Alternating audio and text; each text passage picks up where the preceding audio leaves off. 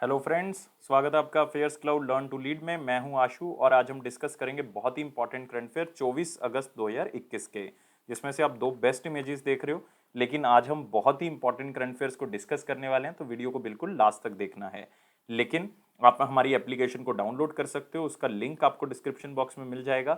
और एप्लीकेशन का नाम क्या है, करियर्स क्लाउड। और आप अपनी ईमेल आईडी के थ्रू लॉगिन करें और क्रैक करंट अफेयर्स के ऊपर क्लिक करके आप 1 साल या फिर 2 साल की सब्सक्रिप्शन बाय कर सकते हैं। इसका प्राइस बहुत ही कम है, एक बार आप चेक करें, आप खुद कहेंगे कि सर इतने कम प्राइस पे आप कैसे प्रोवाइड कर रहे हो इस चीज़ को। लेकिन इसमें आपको 90 से 95% वो करंट अफेयर्स कवर करवाए जाएंगे जो आपके एग्जाम में आपको मिलेंगे, चाहे आप कोई भी एग्जाम आप दे रहे हो। लेकिन ये करंट अफेयर किस तरह से कवर करेंगे, आपको डेली करंट अफेयर सेक्शन मिलेगा, जिसमें 3 तरह की चीजें मिलेंगी। Detail current affair, question and answer format, और एक होगा क्विज, जो कि आप डेली हमारी एप्लीकेशन के ऊपर अटेम्प्ट कर सकते हो। वीकली सेक्शन होगा, आपको फिर से 3 चीजें मिलेंगी, detail current affair, question and answer format और क्विज होगा, जो कि आप हर हफ्ते हमारी एप्लीकेशन के ऊपर अटेम्प्ट करोगे। मंथली करंट अफेयर होगा, 4 तरह की पीडीएफ्स मिलेंगी आपको, detail current affair, question and answer format, best 100 current affair, वो भी क्वेश्चन एंड आंसर फॉर्मेट में, और पॉकेट पीडीएफ, मतलब 2 लाइन और 3 लाइन में करंट अफेयर मिल जाएगा, जिससे आप आसानी से जो है वो करंट अफेयर्स को रिवाइज कर सकते हो अपने एग्जाम से पहले।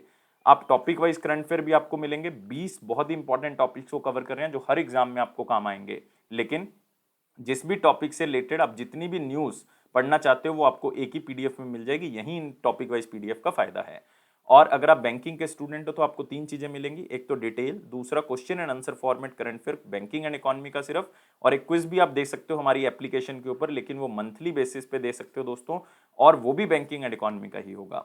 लेकिन अगर आप जितना भी पास्ट करंट अफेयर है 2021 का वो एक ही पीडीएफ से कवर करना चाहते हो तो आप एग्जाम पीडीएफ का यूज कर सकते हो। आपको डिटेल में बजट और इकोनॉमिक सर्वे भी मिलेगा, और एक्सपेक्टेड क्वेश्चन एंड आंसर भी यहाँ पे बताए जाएंगे जो एग्जामिनर यहाँ से बना सकता है। और स्टेट करंट अफेयर्स आपको मिल रहे हैं, जो कि बहुत ही इंपॉर्टेंट है। आप अगर कोई भी स्टेट का एग्जाम दे रहे हो तो हम हर स्टेट और यूनियन टेरिटरी को कवर कर रहे हैं। तो ये सारी चीजें आपको सिर्फ एक ही सब्सक्रिप्शन में मिलेगी, कोई अलग अलग प्राइस नहीं आपने पे करना। सिर्फ आपने हमारी एप्लीकेशन को डाउनलोड कर लेना है डिस्क्रिप्शन बॉक्स लिंक से, और साथ ही साथ जो है वो आपने लॉगिन करना है अपनी ईमेल आईडी के थ्रू, और क्रैक करंट अफेयर्स के ऊपर क्लिक जैसे ही करोगे तो आप 1 साल या फिर 2 साल की सब्सक्रिप्शन बाय कर सकते हैं। दोनों का प्राइस बहुत कम है। लेकिन जो नए स्टूडेंट है, अभी करंट अफेयर स्टार्ट किया, एग्जाम की प्रिपरेशन स्टार्ट किया, तो आप 2 साल का बाय कर सकते हो, आपके लिए फायदेमंद रहेगा, क्योंकि प्राइस में बहुत ज्यादा डिफरेंस नहीं है।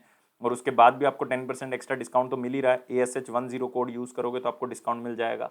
और आप इस ईमेल आईडी पे भी संपर्क कर सकते हो, इस नंबर पे भी, अगर आपकी कोई क्वेरी है। तो स्टार्ट करते हैं 24 अगस्त 2021 का करंट अफेयर। लेकिन उससे पहले यार सबने वीडियो को लाइक जरूर कर देना है, सबने मैक्सिमम टू मैक्सिमम शेयर करना है, और सब्सक्राइब जरूर करना है अगर पहली बार इस वीडियो को देख रहे हो, पहली बार चैनल पे हो, या आपने अभी तक सब्सक्राइब नहीं किया, क्योंकि इन 3 चीज़ों से यार और कुछ नहीं मिलेगा, सिर्फ मोटिवेशन मिलेगा। लेकिन ये सिर्फ मोटिवेशन नहीं है, ये बहुत ही बहुमूल्य चीज़ है जो आप हमें प्रोवाइड करोगे।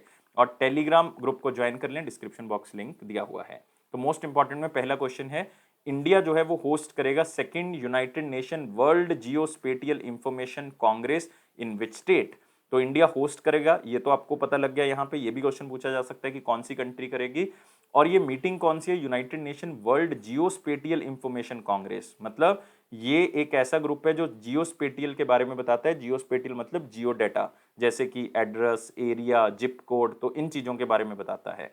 तो उनका एक ग्रुप बना हुआ है यूनाइटेड नेशन की तरफ से, उसकी दूसरी मीटिंग है, इंडिया उसको होस्ट कर रहा है। अक्टूबर 2022 में इंडिया इसको होस्ट कर रहा है। और स्टेट कौन सी है दोस्तों जिसमें एग्जैक्टली इसको होस्ट किया जाएगा, वो है हमारे पास तेलंगाना। और एग्जैक्ट प्लेस कौन सा है, हैदराबाद, जहां पे इसको होस्ट किया जाएगा। तो आप देख सकते हो, India to host second United Nation World Geospatial Information Congress next year होगी, 2022 में होगी। इसका थीम क्या है, towards geo enabling the global village. मतलब हम हर जगह को टैग जो है वो कर सके, हर जगह के बारे में पता होगा। और इंडिया 75 ईयर ऑफ इंडिपेंडेंस जो है वो सेलिब्रेट कर रहा है, आजादी का अमृत महोत्सव, तो उसी लिए जो है वो इसको ऑर्गेनाइज कर रहा है। और जियोस्पेटियल डाटा का मतलब है, जियो डाटा वो जिसमें लोकेशन के बारे में इंफॉर्मेशन मिल जाएगी, जैसे कि उसका एड्रेस, एरिया, जिप कोड, मतलब जोन इंप्रूवमेंट प्लान कोड, वो मिल जाएगा। सारा का सारा सेट आपको वहीं पे मिल जाएगा। इसमें आप कह सकते हो कि ग्लोबल पोजीशनिंग सिस्टम, जिसको जीपीएस कहते हैं, उसका यूज़ किया जाता है। जियो स्पेटियल सैटेलाइट का यूज़ किया जाता है। इंटरनेट ऑफ थिंग्स का यूज़ किया जाता है। जियो टैगिंग यूज़ की जाती है सारी इंफॉर्मेशन को कलेक्ट करने के लिए। और आपने एक बात याद रखना है कि ये जो ऑर्गेनाइजेशन है, United Nation World Geospatial Information Congress, ये जो है वो हर 4 साल में एक बार सेशन करती है। हर 4 साल का मतलब है इससे पहले, अगर इस बार 2022 में हो रहा है इंडिया में, तो इससे पहले 2018 में हुआ होगा। 2018 में कहाँ पे हुआ था? चाइना के अंदर। अब 2022 में इंडिया में हो रहा है, हैदराबाद के अंदर। तो ये सारी चीज़ें आपने याद रखनी है, लेकिन अभी 2022 में होना है, तो 2022 के लिए बहुत इंपॉर्टेंट होगा और आपको क्वेश्चन पूछा जा सकता है। और ये दोस्तों लिंक किससे है? ये है ministry of science and technology, ये आपने याद रखना है। Science and technology. कौन है minister of state? Independent charge किसके पास है? ये है डॉक्टर जितेंद्र सिंह के पास। डॉक्टर जितेंद्र सिंह, जिनकी कॉन्स्टिट्यूएंसी कौन सी है? उधमपुर। उधमपुर कहाँ पे दोस्तों? जम्मू एंड कश्मीर में। अगले क्वेश्चन के ऊपर आते हैं। लेकिन यहाँ पे दोस्तों तेलंगाना भूल गए हम, तेलंगाना को याद रखना है। तेलंगाना के चीफ मिनिस्टर कौन है? के चंद्रशेखर राव। तेलंगाना के गवर्नर कौन है? तामिलिसाई सौंदरराजन, याद रखोगे। यहाँ पे आपको नेशनल पार्क मिलेंगे, मृगावनी नेशनल पार्क मिल जाएगा, महावीर हरीना नेशनल पार्क आपको यहाँ पे मिल जाएगा, और साथ ही साथ आपको मिलेगा KBR मतलब cashew Brahmananda Reddy national park भी आपको यहाँ पे मिल जाएगा। अगले क्वेश्चन के ऊपर आते हैं। Who is appointed as the governor of Manipur? बहुत इंपॉर्टेंट क्वेश्चन है दोस्तों, क्योंकि 2-3 इसमें कंफ्यूजन कर सकते हैं नाम। मैं आपको दोनों तीनों क्लियर कर देता हूं कि क्या थी। गवर्नर ऑफ मणिपुर इससे पहले कौन थी? नजमा हेपतुल्ला। तो अगर आपको फॉर्मर पूछा जाए तो आंसर क्या होगा? नजमा हेपतुल्ला। तो नजमा हेपतुल्ला जी तो पहले ही जो है वो चली गई थी, मतलब इस मंथ के आप कह सकते हो स्टार्टिंग में ही नजमा हेपतुल्ला जो है वो यहाँ से चली गई। तो इसका मतलब इनको एडिशनल चार्ज दिया गया था, किनको? गंगा प्रसाद को। तो आपको पूछा जा सकता है कि एडिशनल चार्ज जो है वो किसके पास था? वो था गंगा प्रसाद के पास, जो खुद कौन सी स्टेट के गवर्नर हैं? सिक्किम के हैं। तो उनको एडिशनल चार्ज दिया गया था मणिपुर का। अब नया गवर्नर जो है वो परमानेंट कौन लगा दिया गया? ला गणेशन जी को लगा दिया गया। तो याद रखना है कौन सी स्टेट से बिलोंग करते हैं? तमिलनाडु से बिलोंग करते हैं। और 17th गवर्नर हैं दोस्तों किसके? मणिपुर के। 17th गवर्नर मणिपुर के। तो देखो दोबारा से रिपीट कर रहा हूं, अगर आपको पुराना पूछा जाए तो नजमा हेपतुल्ला जी थी, लेकिन वो उनका टाइम पीरियड खत्म हो गया, तो ऐसा सच उन्होंने मतलब रिजाइन कर दिया, आप ये कह सकते हो। तो एडिशनल चार्ज गंगा प्रसाद को दिया गया था, जो कि सिक्किम के गवर्नर थे। लेकिन अब परमानेंट किसको लगा दिया गया? ला गणेशन को। तो ये आपने याद रखना है, जो भी चीजें मैंने आपको बताई हैं। और दो आर्टिकल इसमें याद रखोगे, आर्टिकल 153 और आर्टिकल 155। 153 में लिखा हुआ है कि गवर्नर को अपॉइंट करेंगे, हर स्टेट में एक गवर्नर होगा, लेकिन एक से ज्यादा स्टेट्स में भी एक गवर्नर जो है वो लगाया जा सकता है, मतलब दो या दो से ज्यादा स्टेट्स का भी एक ही गवर्नर लगाया जा सकता है। आर्टिकल 153 ये सुनिश्चित करता है। और आर्टिकल 155 क्या कहता है कि गवर्नर को अपॉइंट करने का काम कौन करेगा? प्रेसिडेंट करेगा, और उन्हीं के कहने पे वो क्या करेंगे? काम करेंगे, मतलब उन्हीं के साइन होंगे, उन्हीं की सील होगी, तो उसके बेसिस पे वो क्या करेंगे? काम करेंगे। और मणिपुर के आपको चीफ मिनिस्टर पता ही है, मणिपुर के चीफ मिनिस्टर कौन है? N Biren Singh. N Biren Singh. Governor अब आपको पता लग गया, ला गणेशन जी हैं। और मणिपुर में दोस्तों आपको दो नेशनल पार्क मिलेंगे, एक तो मिलेगा सिरोही नेशनल पार्क, इंपॉर्टेंट है। एक आपको मिलेगा कैबुल लमजाओ नेशनल पार्क। ये बहुत इंपॉर्टेंट है, क्योंकि ये पूरे वर्ल्ड का लार्जेस्ट फ्लोटिंग नेशनल पार्क है, पानी के ऊपर बना हुआ, तो फ्लोटिंग नेशनल पार्क है कैबुल लमजाओ। याद रखनी है, ये सारी चीजें बहुत इंपॉर्टेंट हैं। लेकिन जो एक नाम आप यहाँ पे देख रहे हो, बंडारू दत्तात्रेय जी, ये भी आपने याद रखना है। कौन सी स्टेट के गवर्नर बने हैं रिसेंटली? ये बने हैं हरियाणा के। इससे पहले ये किसके थे? हिमाचल प्रदेश के, लेकिन अभी किसके बन गए? हरियाणा के।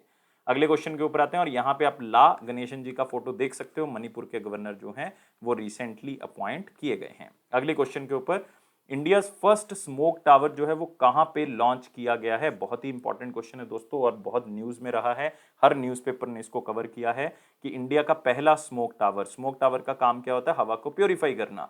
तो वो कौन सी जगह पे खोला गया है? तो वो दोस्तों दिल्ली के अंदर खोला गया है। जगह दिल्ली के अंदर बहुत ही फेमस है, कन्नॉट प्लेस के अंदर जो है वो इसको खोला गया है।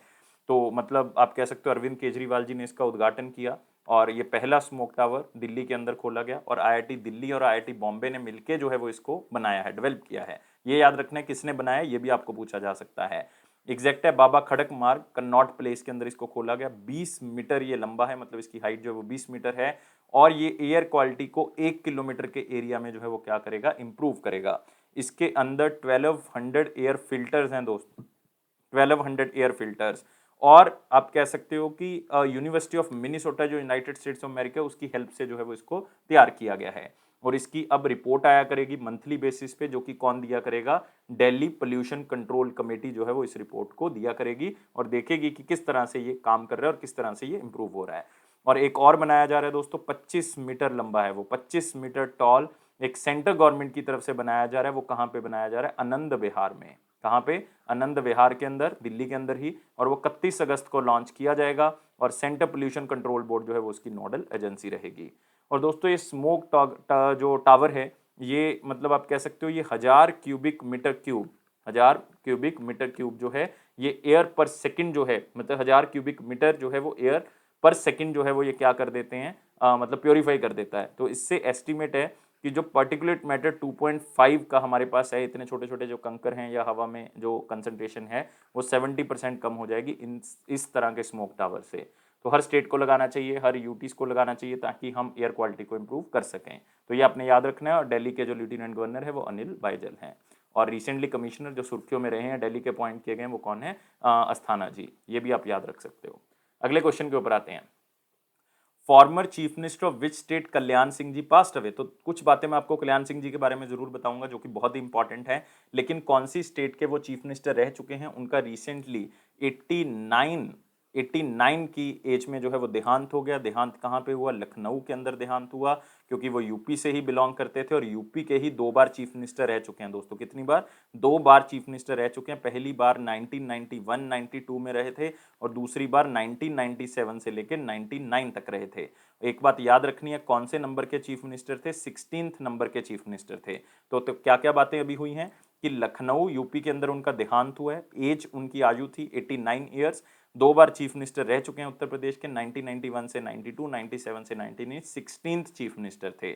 और वो गवर्नर भी रह चुके हैं दोस्तों 2 स्टेट्स के, एक तो हिमाचल प्रदेश के, एक राजस्थान के। लेकिन हिमाचल प्रदेश के गवर्नर जो परमानेंट नहीं थे, उनके पास एडिशनल चार्ज था 2015 में, तो ये याद रख सकते हो। राजस्थान के परमानेंट गवर्नर थे आप कह सकते हो 2014 से लेकर 19 तक, और राजस्थान के ये 21st गवर्नर थे, 21st गवर्नर।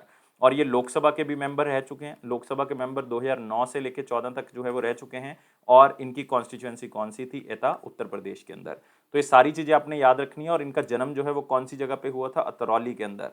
अतरौली कहाँ पे, उत्तर प्रदेश में। तो देखो मरण स्थान जो है वो लखनऊ है, जन्म जो है वो अतरौली है, और लोकसभा की कॉन्स्टिट्यूएंसी एता है। लेकिन 2 बार चीफ मिनिस्टर रह चुके हैं, 16 चीफ मिनिस्टर रहे हैं, और 2 स्टेट्स के गवर्नर भी रह चुके हैं। लेकिन हिमाचल प्रदेश के एडिशनल रहे हैं और परमानेंट राजस्थान के रह चुके हैं, 21st गवर्नर थे। बस इतनी चीजें भी याद कर लोगे, आपका कोई भी क्वेश्चन का आंसर जो है वो कल्याण सिंह जी से अगर आता है तो आपका गलत नहीं होगा। और उत्तर प्रदेश के बारे में पता ही है, योगी आदित्यनाथ जी करंटली जो हैं वो चीफ मिनिस्टर हैं, और आनंदीबेन पटेल जी यहाँ की गवर्नर हैं। और यहाँ पे आपको मिलेगा पीलीभीत टाइगर रिजर्व, यहीं पे आपको मिलेगा दुधवा नेशनल पार्क। अगले क्वेश्चन के ऊपर आते हैं जो कि है वेरी इंपॉर्टेंट क्वेश्चन सेक्शन। लेकिन वीडियो को लाइक, शेयर और चैनल को सब्सक्राइब जरूर कर दें, टेलीग्राम चैनल को भी ज्वाइन कर लें। तो इसमें क्वेश्चन क्या है, who has appointed as the new chairman of national pharmaceutical pricing authority.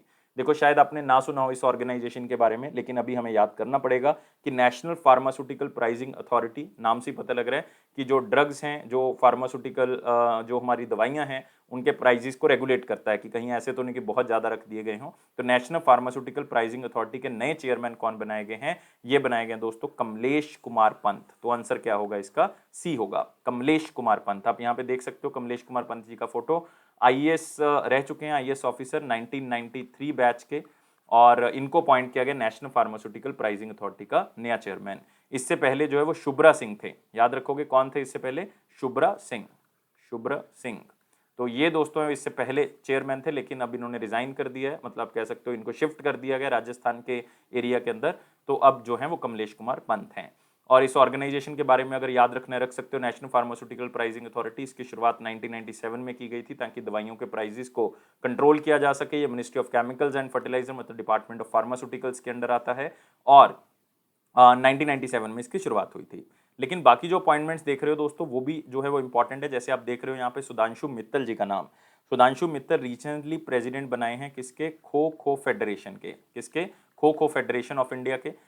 Shambhunath Srivastava recently लगाए गए हैं चेयरमैन, कौन सी बॉडी के, Indian federation of United nation association, Indian federation of United nation association के चेयरमैन शंभुनाथ श्रीवास्तव। विनय प्रकाश, आपको पता है कि ट्विटर का सरकार के साथ इशू चल रहा था, तो क्या होता था कि ट्विटर का कोई भी बंदा जो है वो एज ए रेजिडेंट नहीं अपॉइंट होता था कि वो इंडिया में रह के जो है वो एक अलग से बंदा अपॉइंट किया जाए ट्विटर की तरफ से।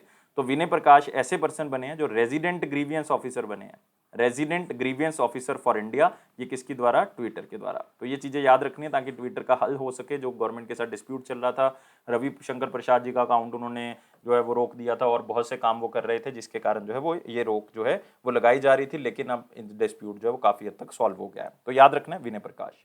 अगले क्वेश्चन के ऊपर आते हैं दोस्तों, कौन सा बैंक है जिसने ब्लॉक्ड अकाउंट नाम से एक अकाउंट जो है वो इंडियन स्टूडेंट्स के लिए स्टार्ट किया है, और वो डिजिटल और इंस्टेंट ही उस अकाउंट को खोल सकते हैं, लेकिन वो सिर्फ उन स्टूडेंट्स के लिए है जो इंडिया से कहाँ पढ़ने के लिए जा रहे हैं, जर्मनी के अंदर जा रहे हैं। मतलब जो इंडियन स्टूडेंट जर्मनी के अंदर पढ़ने के लिए जाएंगे वो अपना ब्लॉक्ड अकाउंट इस बैंक के साथ खोल सकते हैं, जो कि डिजिटली और इंस्टेंटली खोला जा सकता है।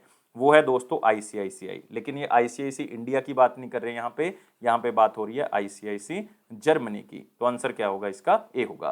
तो आईसीआईसीआई जर्मनी, जो कि आईसीआईसीआई बैंक का ही एक पार्ट है, तो उन्होंने डिजिटल और इंस्टेंट ब्लॉक्ड अकाउंट नाम से एक अकाउंट खोला है जिसका नाम क्या है, ICICI bank Germany student blocked account. लेकिन सबसे बड़ा क्वेश्चन ये आता है कि यार ये ब्लॉक्ड अकाउंट होता क्या है। ब्लॉक्ड अकाउंट का दोस्तों मतलब क्या होता है कि जब आप जर्मनी में स्टडी करने के लिए जाते हो तो उनकी एक रिक्वायरमेंट है कि आपके अकाउंट में कुछ बैलेंस होना चाहिए। मतलब एक बैलेंस कंफर्मेशन सर्टिफिकेट आपको चाहिए, जो कि मैंडेटरी है स्टूडेंट वीजा लगने के लिए जर्मनी में। जो बैलेंस कंफर्मेशन वो आजकल हर कंट्री के लिए है, वो ये देखते हैं कि यार आपके अकाउंट में इतना बैलेंस है, ताकि अगर कल को वहां पे अगर काम नहीं करोगे, क्योंकि स्टूडेंट हो तो आप फीस भर सकते हो अपनी, रह सकते हो, खाना खा सकते हो, तो ये सारे एक्सपेंसेस क्या आप कर सकते हो बिना कोई काम किए हुए, तो वो देखा जाता है। तो वो इसलिए उस अकाउंट का नाम क्या है, ब्लॉक्ड अकाउंट रखा गया है, कि उसमें से पैसा खर्च नहीं करना आपने, उसको ब्लॉक करके रखना है, ताकि वो पैसे की आपको कभी भी जरूरत पड़ सकती है, इसलिए उसका नाम क्या रखा गया है, ब्लॉक्ड अकाउंट। तो इसका मतलब जब तक आप जर्मनी के अंदर नहीं पहुंचते तो वो अकाउंट ब्लॉक ही रहेगा, लेकिन उसके बाद आपने दिल्ली जो अपने एक्सपेंसेस करने हैं तो वहां से आप क्या कर सकते हो, उसको यूज कर सकते हो। तो ये है दोस्तों ब्लॉक्ड अकाउंट का मतलब। लेकिन ब्लॉक्ड अकाउंट के साथ साथ बच्चे जो हैं वो करंट अकाउंट का भी यूज कर सकते हैं। मतलब सिंगल अकाउंट के अंदर दो अकाउंट है, ब्लॉक्ड भी है, करंट अकाउंट भी जो है वो यूज कर सकते हैं, तो एज ए करंट अकाउंट भी वो यूज हो सकता है। तो ये सारी चीजें आपने याद रखनी है जितनी भी मैंने आपको बताई हैं, और ये वीजा डेबिट कार्ड भी जो है वो इसके अंदर दिया जाएगा, जो आप वर्ल्ड वाइड जो है वो यूज कर सकते हैं, क्योंकि स्टूडेंट हैं जर्मनी के अंदर पढ़ रहे हैं, इंडिया से हैं, तो अलग अलग कंट्री में विजिट कर सकते हैं, तो इसलिए उनको ये कार्ड दिया जा रहा है। और रिसेंटली आईसीआईसीआई ने जो है वो नेशनल डॉक्टर डे, जो कि 1 जुलाई 2021 को मनाया गया, उसमें सैल्यूट डॉक्टर नाम से एक बैंकिंग सोल्यूशन जो प्रोवाइड किया, मेडिकल डॉक्टर्स को हर तरह की फैसिलिटी जो है वो दी जाएगी, डिजिटल और इंस्टेंट बैंकिंग सोल्यूशन प्रोवाइड किया सैल्यूट डॉक्टर नाम से आईसीआईसीआई बैंक ने नेशनल डॉक्टर डे के दिन 1 जुलाई को। तो ये याद रखना, दो तीन चीजें इसमें अलग से कवर हो जाते हैं। तो देखो बहुत इंपॉर्टेंट चीजें जो हमने इसके अंदर कवर कर ली हैं, तो इसलिए आपने इसको बहुत ही अच्छे तरीके से याद रखना है। और आईसीआईसीआई जर्मनी है तो इसलिए कुछ याद करने की जरूरत नहीं है। What is the name of automation system which was recently launched by RBI to strengthen supervision. तो उसके थ्रू सुपरवाइज किया जा सकता है। वो सॉफ्टवेयर ऐसा है कि अपने आप ऑटोमेटिक चीजें होनी स्टार्ट हो जाएंगी, जिससे बैंक का आप कह सकते हो रिस्क कम हो जाएगा, आरबीआई का रिस्क कम हो जाएगा, और आप कह सकते हो डिजिटली और आराम से वो क्या कर सकता है, सुपरवाइज कर सकता है चीजों को। और उस प्लेटफॉर्म, उस सॉफ्टवेयर का नाम क्या है, प्रिज्म। प्रिज्म का मतलब platform for regulated entities for integrated supervision and monitoring. Supervision and monitoring के लिए, इंटीग्रेटेड सुपरविजन एंड मॉनिटरिंग के लिए। आर का मतलब है रेगुलेटेड एंटिटीज, मतलब जिसको कोई ना कोई रेगुलेट कर रहा है। पी का मतलब है प्लेटफॉर्म, सिंपल याद रहेगा। आरबीआई ने प्रिज्म सॉफ्टवेयर को यूज करेगा ताकि जो है वो अच्छे से रेगुलेशन हो सके। आरबीआई बहुत सी बॉडीज को रेगुलेट करता है, चाहे वो बैंक है, नॉन बैंकिंग फाइनेंशियल कंपनीज हैं, फाइनेंशियल इंस्टीट्यूशन है, पेमेंट सिस्टम प्रोवाइडर है, तो इनको रेगुलेट करना आसान हो जाएगा एक ही प्लेटफॉर्म के ऊपर। तो अगर रेगुलेट अच्छे से कर लेते हैं तो फ्रॉड रिस्क मैनेजमेंट हो जाएगी, मतलब फ्रॉड कम होने स्टार्ट हो जाएंगे। आप कह सकते हो एफिकेसी इंप्रूव हो जाएगी, अर्ली वार्निंग सिग्नल मिल जाएंगे आरबीआई को कि इस तरह से फ्रॉड हो सकता है, इस तरह से गड़बड़ हो सकती है। साइबर सिक्योरिटी इंप्रूव हो जाएगी, कंप्लेंट्स कम हो जाएंगी। आप कह सकते हो कि टाइम ट्रैकिंग जो है वो आसान हो जाएगी, वर्क फ्लो जो है वो इंप्रूव हो जाएगा। तो ये सारी चीजें जो है सॉफ्टवेयर के थ्रू हो जाएंगी। सिर्फ याद रखने वाली चीज क्या है कि एक ऑटोमेशन सॉफ्टवेयर जिससे रेगुलेशन इजी हो जाएगी, उसका नाम है प्रिज्म। आरबीआई की तरफ से लॉन्च किया गया। प्रिज्म का मतलब क्या है, platform for regulated entities for integrated supervision and monitoring. अगले क्वेश्चन के ऊपर आते हैं। कौन सा इंस्टीट्यूट है जिसने इंडिया का पहला indigenous motorised wheel chair vehicle जो है वो स्टार्ट किया, जिसका नाम है नियो बोल्ट। मतलब अगर आप डिसेबल हो तो आपको किसी दूसरी जगह पे जाना है तो इस मोटराइज्ड व्हील चेयर व्हीकल का यूज कर सकते हो।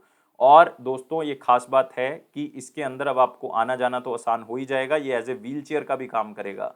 तो ये आईआईटी मद्रास की तरफ से जो है वो इसको डेवलप किया गया। आप देख सकते हो इस तरह का ये दिखता है। तो इसमें कोई भी डिसेबल बंदा बैठ के जो है वो कहीं से भी जो किसी दूसरी जगह पे जा सकता है। तो first indigenous motorised wheelchair vehicle जो है वो आईआईटी मद्रास की तरफ से बनाया गया। और आईआईटी मद्रास का एक स्टार्टअप नियो मोशन इट, तो वो जो है वो इसको कमर्शलाइज करेगा नियो बोल्ट को। और नियो बोल्ट जो है वो 25 किलोमीटर पर आवर की स्पीड से चलेगा, और 25 किलोमीटर जो है वो एक चार्ज में चल सकता है। मतलब 25 किलोमीटर तक आप एक चार्ज में जा सकते हो, ये इसकी जो है वो कैपेबिलिटी है। लेकिन इसका मेन जो ऑब्जेक्टिव है वो यही है कि एक साइज जो है वो सबको फिट हो जाए। जनरली व्हील चेयर्स के अंदर क्या होता है कि वो एक साइज सबको फिट नहीं होता और वो बहुत ही कम जो है वो एडजस्टेबल होती हैं, जिसके कारण एक जगह से दूसरी जगह पे जाना जो है मुश्किल होता था और कोई भी एक बंदा जो है वो दूसरे को यूज़ नहीं कर सकता था। इसीलिए जो है वो मोबिलिटी जो है वो रिस्ट्रिक्टेड ना रहे, एक जगह से दूसरी जगह पे जाना जो है वो मुश्किल ना रहे, इसीलिए जो है वो इसको क्या किया गया, लॉन्च किया गया। लिथियम आयन बैटरी से ये चलता है, तो लिथियम आयन बैटरी जो है वो यूज़ होती है इसके अंदर और बहुत ही कन्वीनियंट है आप कह सकते हो, और लो कॉस्ट है, मतलब बहुत ही कम पैसे जो हैं वो इसमें आपको मिल रहा है। तो कन्वीनियंट एंड लो कॉस्ट तो है ही। तो मतलब अगर मैं आपको कहूँगा कि इन्होंने पहले एक सिर्फ व्हील चेयर स्टार्ट की थी, अब ये मोटराइज्ड व्हील चेयर स्टार्ट किया। अगर ओनली व्हील चेयर लेनी है उनकी तो 39,900 की है, मतलब 40,000 की, और अगर आपने मोटराइज्ड व्हील चेयर लेनी है तो वो 55,000 की है। और जो व्हील चेयर है उसका नाम है नियो फ्लाई, उसका नाम है नियो, नियो NEO फ्लाई, और इसका नाम है नियो बोल्ट। तो ये आपने याद रखना है। और बहुत ही अच्छे तरीके से इसको डिज़ाइन किया गया है कि ताकि कोई शॉक ना लगे, अलग अलग टेरेन, कोई उबड़ खाबड़ एरिया तो वहाँ पे भी ये चल सके, तो इस तरह से इसको तैयार किया गया है। तो याद रखना है IIT मद्रास की तरफ से नियो बोल्ट को तैयार किया गया। अगला आते हैं HDFC बैंक और कौन सी कंपनी ने आपस में पार्टनरशिप की है कि वो एक दूसरे के नेटवर्क को शेयर करेंगे ताकि पेमेंट सोल्यूशन और डिजिटल लेंडिंग आसान हो जाए। और ये दोस्तों कंपनी हमारे पास कौन सी है, पेटीएम है। तो आंसर क्या होगा इसका, डी होगा। तो आप देख सकते हो HDFC बैंक और पेटीएम ने दोनों ने टाई अप किया है कि वो एक दूसरे के नेटवर्क को यूज करेंगे और डिजिटल पेमेंट्स को बेहतर करेंगे। होगा क्या इसमें कि पॉइंट ऑफ सेल मशीन्स इन्होंने लॉन्च की हैं दोनों ने मिलकर, HDFC ने और पेटीएम ने, ताकि जितने भी रिटेल सेगमेंट के अंदर जो छोटे छोटे आप कह सकते हो कि मर्चेंट्स बैठे हो उनको ये पॉइंट ऑफ सेल मशीन्स जो है वो दी जा सकें, जिसके थ्रू जो है पॉइंट ऑफ सेल मशीन्स के थ्रू जो है वो पेमेंट आसानी से हो सके, कॉन्टेक्टलेस पेमेंट्स हो सकें, कार्ड से पेमेंट कर सकें या मोबाइल से पेमेंट कर सकें। तो HDFC बैंक तो ये लाइक आप कह सकते हो कि प्लेटफॉर्म होगा, मतलब अकाउंट होगा तो उससे के थ्रू पेमेंट हो सकती है। पेटीएम ये मशीन्स को प्रोवाइड कर रहा है, तो मशीन्स को बनाने की रिस्पॉन्सिबिलिटी और देने की रिस्पॉन्सिबिलिटी पेटीएम की है, लेकिन बैंकिंग फैसिलिटीज कौन प्रोवाइड करेगा, HDFC। तो HDFC bank act as a payment partner, Paytm जो है वो डिस्ट्रीब्यूशन करेगा सॉफ्टवेयर पार्टनर, मतलब एज ए सॉफ्टवेयर पार्टनर होगा, मतलब मशीन्स को पेटीएम करेगा। तो इतना आपने जो है वो याद रखना है। और पेटीएम जो है वो एंड्रॉयड POS डिवाइसेस लेके आया है। एंड्रॉयड POS का मतलब आप अपने एंड्रॉयड फोन से भी जो पेमेंट कर सकते हो POS मशीन के थ्रू।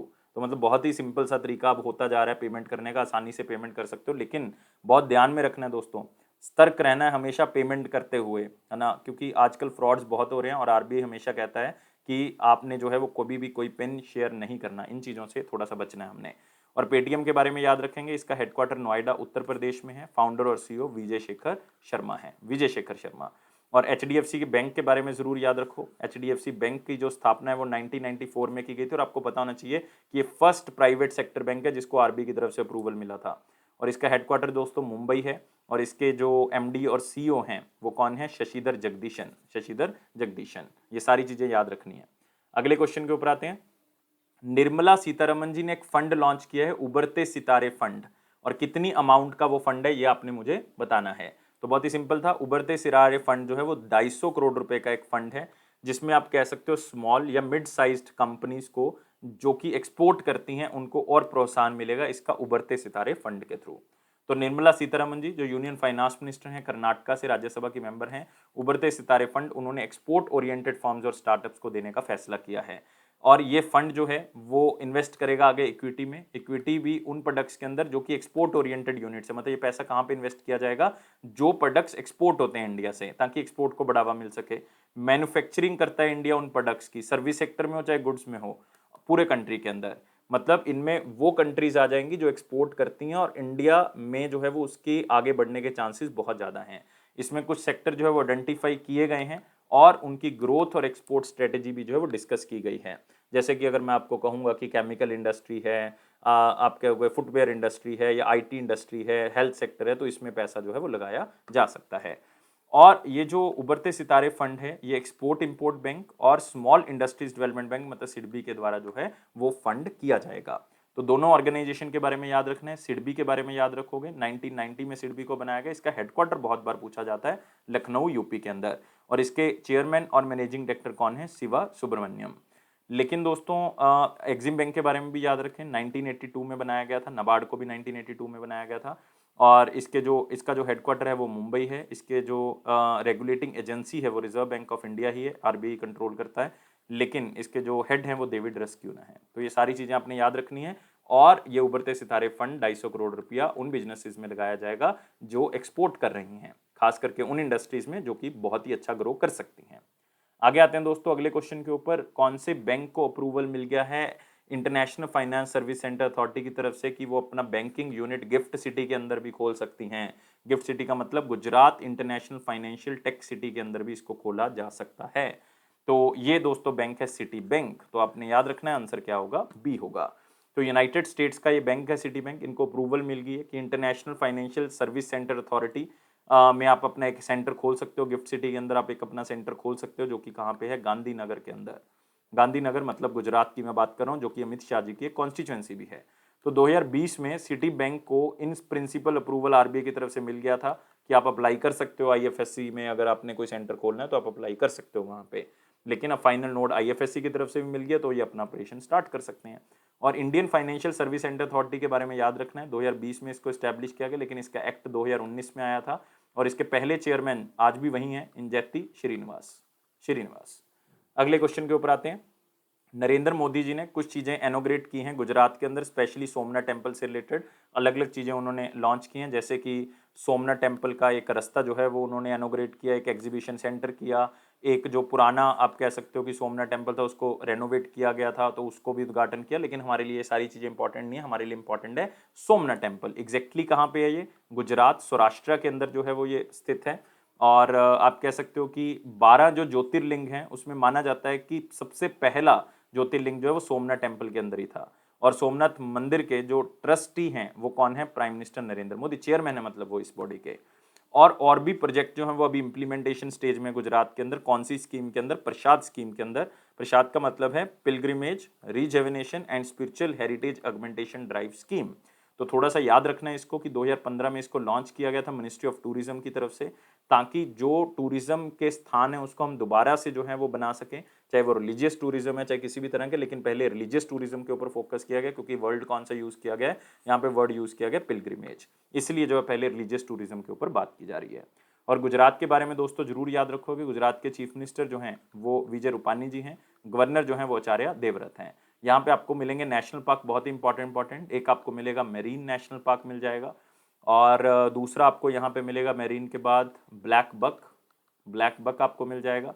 तीसरा आप कह सकते हो आपको मिलेगा यहाँ पे गिर नेशनल पार्क आपको मिल जाएगा, और चौथा आपको मिलेगा वंसदा नेशनल पार्क, वंसदा। और मोदी जी आप देख सकते हो थोड़ा सा स्माइल करते हुए, लेकिन रिसेंटली वेस्ट बंगाल के इलेक्शन हारे हैं, अभी यूपी चल रहा है तो यूपी भी हार गए, तो इसका मतलब बहुत बड़ा दुख हो जाए, और अगली बार जो फोटो देखोगे वो शायद थोड़ी सी दुख की हो सकती है। तो 2022 में देखेंगे कि कैसी फोटो निकलती है और किस तरह से जो है वो रुझान बनता है चुनावों का। तो वीडियो को लाइक जरूर करें, शेयर जरूर करें, चैनल को सब्सक्राइब जरूर करें, और टेलीग्राम चैनल को ज्वाइन कर लेना यार। हमने तो पेपर क्लियर करना है, हमने अभी इलेक्शन के बारे में कुछ भी नहीं सोचना। और इसमें क्वेश्चन क्या है, वर्ल्ड संस्कृत डे जो है उसको संस्कृत दिवस भी कहा जाता है, वो कब मनाया जाता है? तो ये आपने मुझे बताना है कि वर्ल्ड संस्कृत डे कब आता है। तो वर्ल्ड संस्कृत डे आता है 22 अगस्त को। तो आंसर क्या होगा इसका, ए होगा। तो आप देख सकते हो वर्ल्ड संस्कृत डे 2021 अगस्त 22 को सेलिब्रेट किया जाता है, 22 अगस्त को। और जिस हफ्ते में ये आता है 22 अगस्त, उसी हफ्ते को संस्कृत वीक भी माना जाता है। मतलब संस्कृत वीक जो है वो 19 से लेके 25 ऑफ अगस्त को मनाया जाता है। तो हर बार देखा जाता है कि 22 अगस्त वाला जो दिन है वो कौन से हफ्ते के अंदर आता है, तो उसी हफ्ते को हम क्या कह देते हैं, संस्कृत वीक कह देते हैं। और ये संस्कृत लैंग्वेज को प्रमोट करने के लिए जो है वो इसको सेलिब्रेट किया जाता है। और इसको विश्व संस्कृत दिनाम भी कहा जाता है, दिनाम मतलब डेट।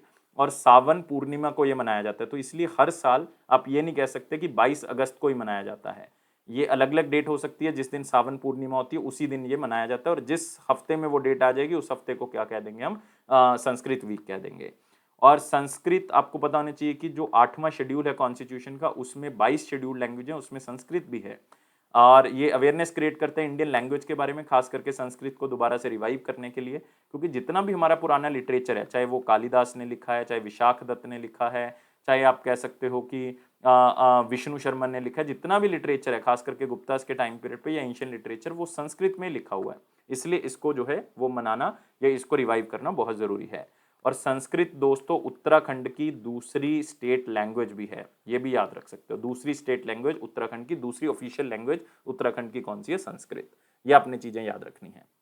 अगला आते हैं क्वेश्चन। अगला क्वेश्चन क्या है कि पिक्चर से करोगे। एक बहुत ही फेमस आप कह सकते हो कि लेखिका, let's go time travelling again, ये बच्चों की बुक है जो उन्होंने लिखी थी, लेकिन इनका कोविड के कारण जो है वो रिसेंटली देहांत हो गया था मई 2021 के अंदर। तो इनकी बुक जो है वो रिलीज अब की गई है पफिन बुक्स की तरफ से, जो कि पेंगुइन बुक्स का ही एक पार्ट है।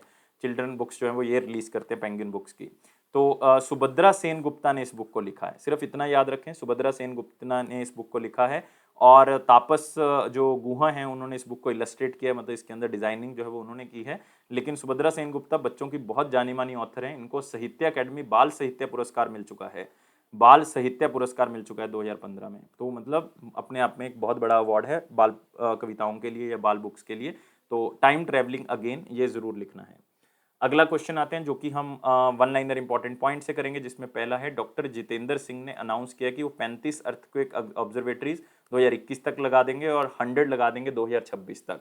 तो मतलब अपने आप में आप कह सकते हो कि एक टारगेट सेट कर लिया है कि इतनी अर्थक्वेक ऑब्जर्वेटरीज लग जाएं ताकि साइंस का जो ट्रेंड है वो बढ़ सके और हमें जानकारी जो है वो पहले मिल सके, ताकि हम लोगों को बचा सके, जान माल के नुकसान को बचा सकें। लेकिन minister of state independent charge science and technology का, minister of state earth science, ये कौन है? डॉक्टर जितेंद्र सिंह। नबार्ड ने जो है वो 24.90 लाख का जो लोन है वो 24.90 लाख की ग्रांट जो है वो दी है। किसको दी है? लोन नहीं है दोस्तों, ये ग्रांट जो है वो प्रोवाइड की गई है। किसको दी है ये ग्रांट? ये ग्रांट दी गई है IMFFS को। IMFFS का मतलब है integrated mangrove fishery farming system, जो कि तमिलनाडु में स्थित है। तो वहां पे इनको ग्रांट मिली है ताकि आप कह सकते हो मैनग्रोव फिशरी के ऊपर काम किया जा सके। और तमिलनाडु के अंदर, वेस्ट बंगाल के अंदर, आप कह सकते हो कि अंडमान निकोबार के अंदर मैनग्रोव का बहुत ज़्यादा चलन है। तो हम क्या कर सकते हैं? इनका यूज़ कर सकते हैं, तो इसीलिए ये एक्सटेंशन मिली है। नेक्स्ट आता है नबार्ड का जो लोन एक्सटेंशन है वो फाइनेंशियल ईयर 21 में बहुत ज़्यादा बढ़ गया है। अगर आप फाइनेंशियल ईयर 20 का देखोगे दोस्तों, उसमें 11.5% ही था, लेकिन अब 25 मतलब ऑलमोस्ट डबल से भी ज़्यादा जो है वो हो चुका है। तो ये ग्रोथ हुई है, कोविड-19 खत्म होने वाला है जिसके कारण जो है वो ग्रोथ बढ़ी है लोन के अंदर। तो लोन एडवांसेस नबार्ड के बढ़ गए हैं। National bank for agriculture and rural development 1982 में बनाया गया था और एग्जैक्ट डेट भी याद रख सकते हो, 12 जुलाई को बनाया गया था। इसका हेडक्वार्टर जो है वो मुंबई में है दोस्तों। चेयरमैन जो है वो GR चिंताला हैं। वनवेब ने 34 सैटेलाइट 34 सैटेलाइट्स को लो अर्थ ऑर्बिट में लॉन्च कर दिया। जब भी कोई सैटेलाइट लो अर्थ ऑर्बिट में लॉन्च होती है तो उसका मतलब क्या होता है कि वो कनेक्टिविटी को इंप्रूव करना चाहते हैं, ब्रॉडबैंड कनेक्टिविटी को सैटेलाइट्स के थ्रू। तो वनवेब का टारगेट है कि उसने जो है वो टोटल 648 सैटेलाइट्स को लॉन्च करना है जो लो अर्थ ऑर्बिट में लॉन्च करेंगे, जिससे इंटरनेट कनेक्टिविटी को बेहतर किया जा सके। अभी तक वो जो है वो टोटल 288 सैटेलाइट्स को लॉन्च कर चुके हैं। और वन वेब जो है वो एक बहुत ही बेहतरीन प्लेटफॉर्म जो है वो बन के सामने आ सकता है, क्योंकि ये लंदन यूनाइटेड किंगडम बेस्ड है। अब ये बैंक करप्ट होने वाला था 2021 के अंदर, 2020 में कह सकते हो। तो इसको सुनील भारती मित्तल ने जो वो खरीद लिया था और इसलिए इसको एस्टैब्लिश भी 2020 में ही किया गया है। और इसके एग्जीक्यूटिव चेयरमैन सुनील भारती मित्तल हैं और हेडक्वार्टर इसका लंदन में है।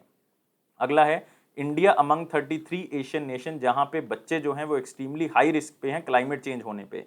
ये रिपोर्ट जो है वो दी गई है यूनिसेफ की तरफ से, यूनाइटेड नेशन चिल्ड्रन फंड की तरफ से, कि 33 एशियन नेशन ऐसे हैं, 33 नेशन ऐसे हैं जिसमें बच्चे को खतरा है, एक्सट्रीमली हाई रिस्क पे अगर क्लाइमेट चेंज होता है। मतलब सिर्फ अगर मैं इंडिया की बात करूंगा तो इंडिया में सिर्फ 1 बिलियन चिल्ड्रन जो है वो मोस्ट रिस्क पे हैं। और अगर उनको ये क्लाइमेट चेंज का इफेक्ट का सामना करना पड़ा तो उनकी एजुकेशन, प्रोटेक्शन और हेल्थ तीनों ही खतरे में आ जाएंगी। और 4 साउथ एशियन नेशन जो है वो सबसे वर्स्ट हैं दोस्तों। 4 साउथ एशियन नेशन सबसे वर्स्ट हैं, जिसमें आप कह सकते हो कि आप यहाँ पे देख सकते हो पिक्चर, जिसमें आप कहोगे कि सबसे पहले सबसे वर्स्ट जो है वो पाकिस्तान की हालात हैं, फिर बांग्लादेश के हैं, अफगानिस्तान के, फिर इंडिया के हैं। तो इन कंट्रीज में बच्चों की हालत बहुत ख़राब है।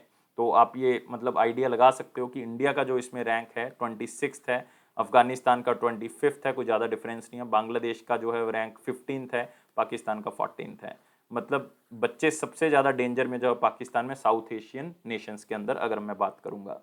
तो यूनिसेफ के बारे में ज़रूर याद रखेंगे। यूनिसेफ का जो हेडक्वार्टर है वो दोस्तों New York, United states of America में है। और जो इसके एग्जीक्यूटिव डायरेक्टर हैं वो हेनरीटा फॉर हैं। नेक्स्ट है international day for commemorating the victim of act of violence based on religion और बिलीफ 2021 22 अगस्त को। तो रिलीजन के अकॉर्डिंग जो वायलेंस हुई है, जो डेथ्स हुई हैं वहाँ पे, जो बचे हैं वहाँ से, तो उनको याद किया जाता है इस दिन 22 अगस्त को, क्योंकि मतलब ये दिन पूरे का पूरा रिकॉग्नाइज करता है उन विक्टिम्स को सपोर्ट करने का जिन्होंने अपने फैमिली मेम्बर्स को खो दिया है, जहाँ उनके लिए जो है जो लॉ थे वो बने हैं अलग से, तो उनको सेलिब्रेट जो है वो यहाँ पे किया जाता है, आप कह सकते हो ऑब्जर्व किया जाता है। और पहली बार इस दिन को 2019 में मनाया गया था। तो अगले क्वेश्चन के ऊपर आते हैं, जो कि क्वेश्चन ऑफ द डे 22 और 23 अगस्त 2021 का क्वेश्चन क्या था? क्वेश्चन था father of direct taxation reforms किसको कहा जाता है? तो बहुत ही शानदार एक पिक्चर आप यहाँ पे देख सकते हो, father of India tax reforms, ये रिसर्च की हुई थी और ये हिंदू का आर्टिकल भी है। और एम गोविंद राव ने कहा है कि यार मतलब सबसे ज़्यादा जो बड़ा रोल है वो किसका है? राजा चेलिया का है। तो इसलिए आपने याद रखना है कौन आएगा आंसर, राजा चेलिया जी जो आंसर आएगा। टॉप कंसल्टेंट रहे हैं वो, सिर्फ इंडिया के नहीं, अलग अलग कंट्री के अंदर टॉप कंसल्टेंट रह चुके हैं, एज ए इकोनॉमिक एडवाइजर आप कह सकते हो कि वो रह चुके हैं राजा चेलिया। और उन्होंने पपुआ न्यू गिनिया के अंदर भी जो है वो गवर्नमेंट के अंदर काम किया, और भी कंट्रीज के अंदर इन्होंने काम किया है, और इसलिए इनको फादर ऑफ डायरेक्ट टैक्सेशन जो है वो कहा जाता है। इनको पद्म विभूषण से सम्मानित किया गया था 2007 में, लेकिन 2009 में इनका देहांत हो गया। तो याद रखना है आंसर होगा राजा चेलिया। अब आते हैं क्वेश्चन ऑफ द डे, बहुत ही simple question of the day, किसने बुक लिखी है हिंदुत्व एंड नेशनल रेनेसेंस? तो ये बुक आपने बतानी है, ऑप्शन आपको दिए हुए हैं और कमेंट बॉक्स में आंसर बताएंगे। वीडियो को लाइक करना है, शेयर करना है, सब्सक्राइब करना है, ये तीन चीजें जरूर करनी है। और जितने भी बच्चे वीडियो को देख रहे हैं वो लाइक जरूर करेंगे वीडियो को, ताकि आपको अलग अलग तरह की चीजें मिल सकें। और इन्हीं तीन चीज़ों से मोटिवेट भी करोगे आप मुझे, लेकिन बेल बटन को प्रेस करें और टेलीग्राम ग्रुप को ज्वाइन कर लें ताकि ऑफिशियल नोटिफिकेशन मिलती रहे। ये अफेयर्स क्लाउड का दोस्तों आपको प्रॉमिस है कि आपका कॉन्फिडेंस जरूर बूस्ट करेंगे। एक महीना आप फॉलो करके देखो, अगर आपको लगा कि बूस्ट नहीं कर रहे आप अनफॉलो कर सकते हो। तो इसलिए कह रहा हूँ कि जरूर बूस्ट होगा। आप कमेंट्स देखो, बच्चे कहते हैं कि सर हमारा बहुत ज़्यादा इंप्रूवमेंट हुआ है। तो इसी तरह से वीडियोस को देखते रहें, इसी तरह से आगे बढ़ते रहें, खुश रहें, लाइफ को बहुत ज़्यादा सीरियस नहीं लेना, इस स्माइली की तरह हमेशा स्माइल करते रहें। Thank you guys, take care, bye bye.